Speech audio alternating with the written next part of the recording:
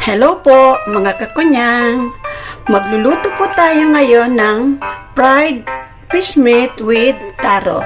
Ang mga sangkap na ating kailangan ay fish meat, taro, coriander, green onion, red chili, garlic, onion, salt, chicken powder, and black pepper.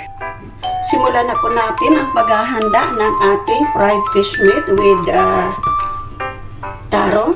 Pinakauna po natin, i-spread natin yung taro. Mas maganda pag maliit.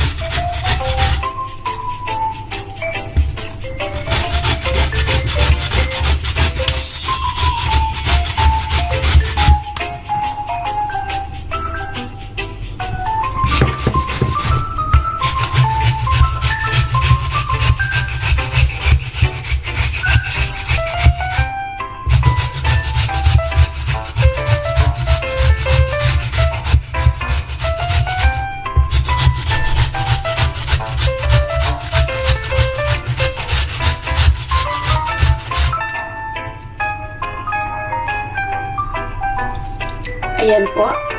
Ganyan po ang magiging itsura ng taro natin.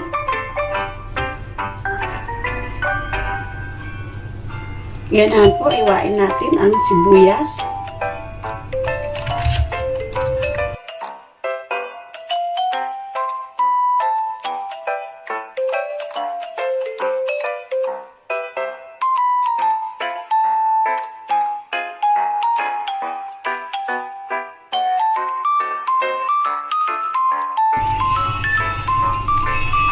Yan ang po ang bawang ihanda natin.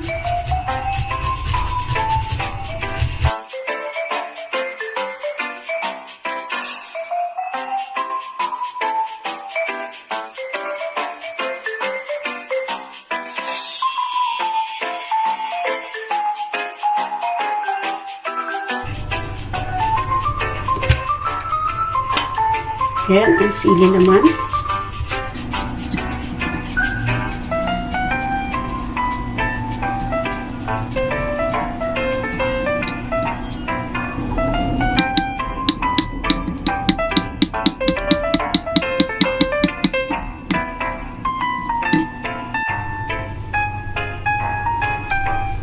Ngayon naman, hiwain natin ang coriander.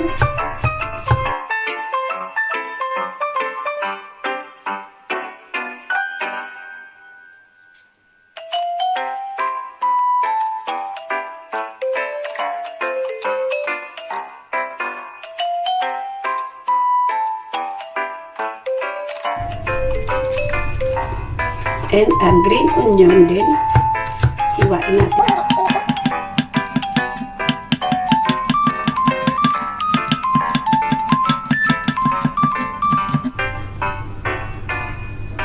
Ayan, done na po ang ating mga gulay.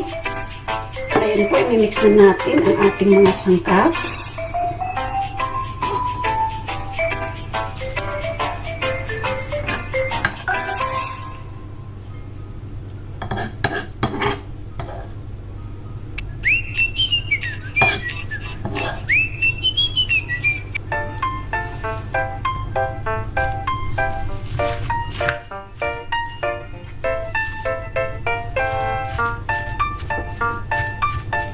Ilalagay po natin ang ating fish meat.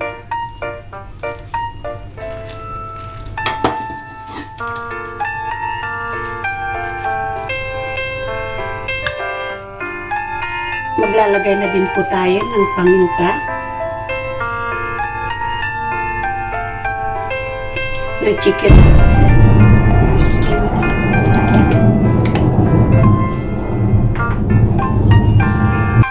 And maglalagay na din po tayo ng asin.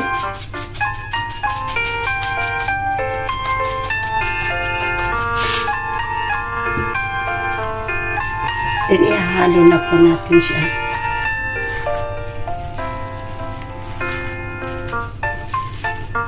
Ewan ko kung ano yung malakas na tunog.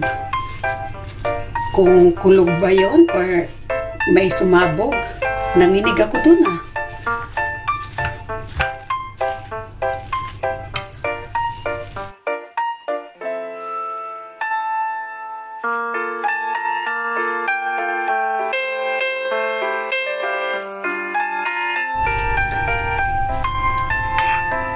Ready na po ang ating ipa-fried fish meat with taro.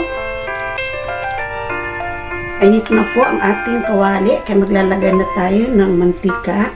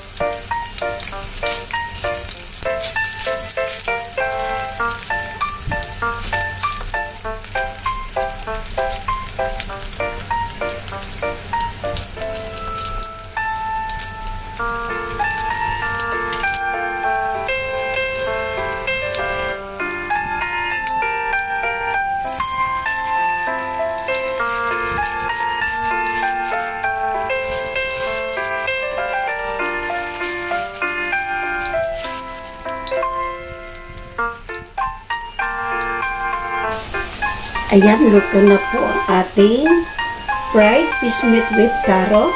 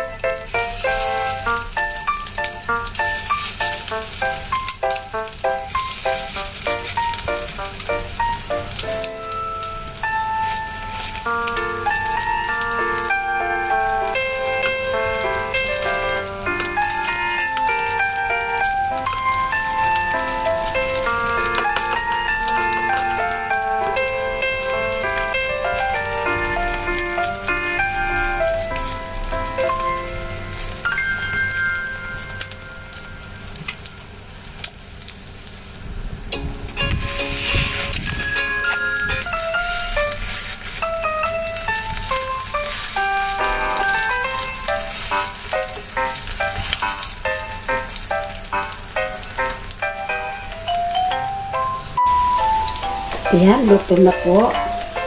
By the way, niluto po natin siya sa slow fire. Kaya ang ganda ng kulay niya, hindi siya nasunog. And hindi rin po ako naglagay ng flour or itlog. Pwede naman pong maglagay ng itlog kung gusto nyo, pero ako, okay na sa akin itong ganito lang. Then, i-continue na lang po natin hanggang maubos yung mixture natin na maiprito.